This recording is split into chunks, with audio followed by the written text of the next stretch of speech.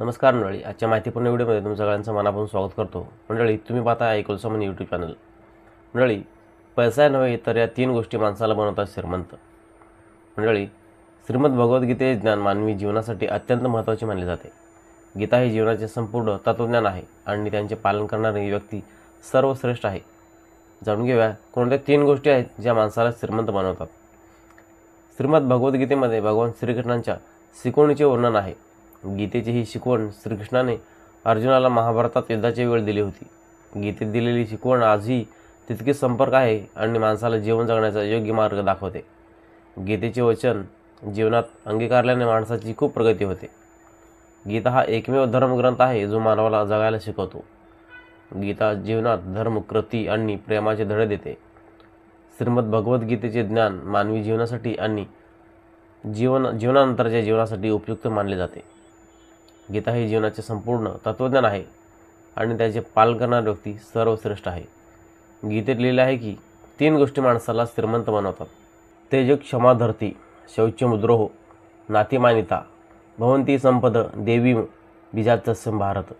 अर्थात तेज, क्षमा, धैर्य, बाह्य शुद्धी, कोणाविषयी शत्रुत्व न वाटणे आणि स्वतःविषयी मोठेपणाचा अभिमान नसणे ही सर्व अर्थात भारतवंशी अर्जुन दैवी संपत्ती घेऊन जन्मलेल्या माणसाची लक्षणे आहेत। तेच धनवान।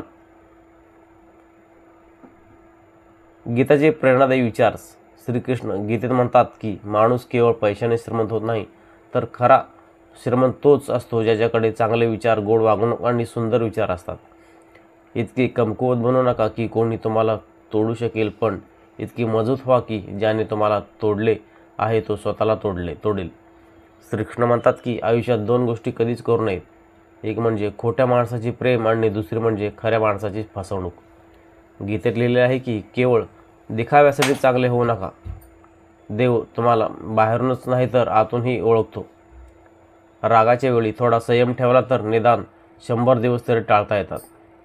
श्रीकृष्णाने गीतेमध्ये सांगितले आहे की विजय आणि पराजय आपल्या विचारावर अवलंबून आहे आणि आपण ते स्वीकारले तर तो विजय होईल। गीताच्या म्हणण्यानुसार कोणत्याही व्यक्तीचे नीट नकळत इतरांचे ऐकून त्यांच्याबद्दल मत बनवणे मूर्खपणाचे आहे। गीता उपदेशातून अनुकरण अशी पहिली गोष्ट म्हणजे माणसाने नेहमी त्यांच्या वर्तमानात जगले पाहिजे, कारण काय झाले आणि काय झाले नाही याचा विचार करून उपयोग नाही। तुम्ही खूप विचार केल्याने तुमचा भूतकाळ किंवा भविष्यकाळ बदलणार नाही। श्रीकृष्णाने गीतेमध्ये सांगितले आहे की मनुष्याने परिणामाची इच्छा सोडून आपल्या कामात लक्ष केंद्रित केले पाहिजे, कारण माणसाला त्यांच्या कर्मानुसार फळ मिळते। त्यामुळे प्रत्येकाने सत्कर्म करत राहावे। तुम्ही जे काम कराल देव त्यांचे फळ निश्चित देईल। गीतेत भगवान श्रीकृष्णाने म्हटले आहे की तुम्ही जे मानत नाहीत ते तुम्ही आहात।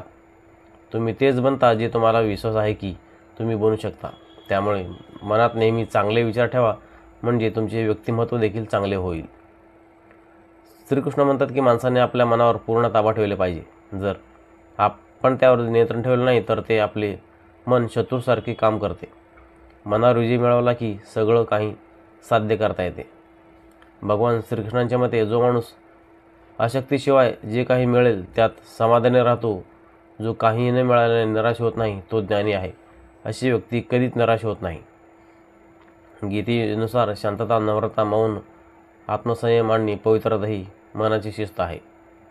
श्रीकृष्ण म्हणतात जे लोक संयम, सुविधा, दुविधा किंवा द्वंद्वात राहतात त्यांना या लोकात किंवा परलोकात सुख मिळत नाही।